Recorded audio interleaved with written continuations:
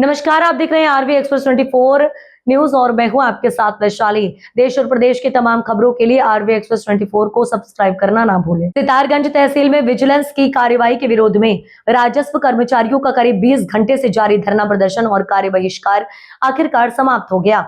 उच्च अधिकारियों और कर्मचारी संगठनों के बीच कई दौर की वार्ता के बाद सहमति बनी, जिसके बाद कर्मचारियों ने आंदोलन वापस लेने का ऐलान किया।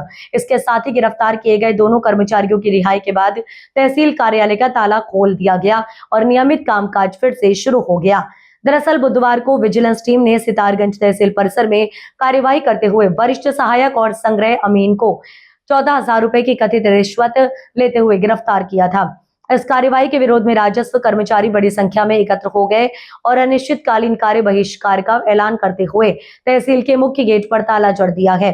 वहीं उप जिलाधिकारी तुषार सैनी ने बताया कि कर्मचारियों का आरोप था कि विजिलेंस की कार्यवाही विभागीय प्रक्रिया का पालन किए बिना की गई है।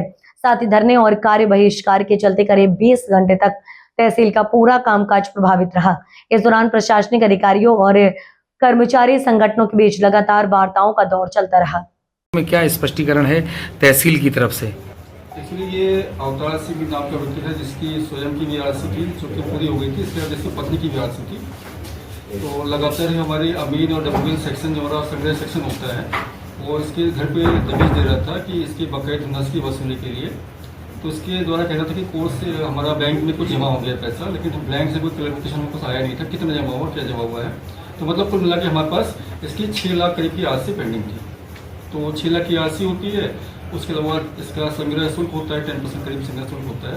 तो सबसे जमा करने के संबंध में इनकी बातचीत हुई और उसी क्रम में इसने एक व्यक्ति भी थोड़ा आपराधिक प्रवृत्ति का है, तो उसने फिर बिजनेस से शिकायत की जो भी की, और वो जो हमारा वसूली में धनराशि जमा होती है, कैश में जमा होती है, उसमें शिकायत करके उसमें कार्रवाई करवाई गई जानबूझ के द्वेष की भावना से। इसके अलावा ये भी सुनने में आ रहा है कि नोटिस चाहिए था उनको किसी असला लेने के लिए। हाँ, ये जनरली नोटिस अगर कुर्की किसी की हो गई है आरसी कटने की वजह से या किसी को लाइसेंस चाहिए, तो उस स्थिति में हमको डब्ल्यूएन सेक्शन से हम इसमें नोटिस मांगते हैं। उसके बाद ही इसमें कार्रवाई अग्रसित की जाती है, अन्यथा लाइसेंस बनना हो, हटाना हो, वो नहीं हटाई जाती है, ताकि सरकार का जो शुल्क है सरकार को वापस मिल सके। बताया गया है संग्रह कक्ष में जो वसूली तहसील के द्वारा जो की जाती है वो नगद धनराशि प्रतिदिन जमा होती है।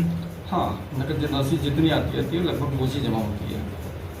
जो पकड़ा है वो मौके पे रसीद के ऊपर रखा हुआ था और वो जमा कराने के लिए लाए थे।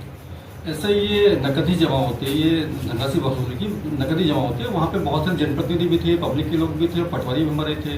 तो ऐसी कोई चीज़ नहीं थी जो अकेले में की जाए। और पैसा जमा करके रसीद काटी जाती है, उसी बीच में पकड़ा गया। पैसा जमा करने के बाद, पैसा गिनने के बाद ही, पुष्टि करने के बाद ही रसीद दी जाती है। तो रसीद बुक के अंदर ही, जो मुझे लोगों ने बताया, पब्लिक के लोगों ने बताया, रसीद बुक के अंदर ही पैसे रखे थे। तो इसमें कोई लीगल एक्टिविटी नहीं नजर आती है। ये जानबूझ की गई दिवस की भावना से कार्रवाई है, कुछ नहीं है। इस तरह से हमारा जो राष्ट्रीय कार्य को प्रभावित करने का षड्यंत्र प्रतीत होता है।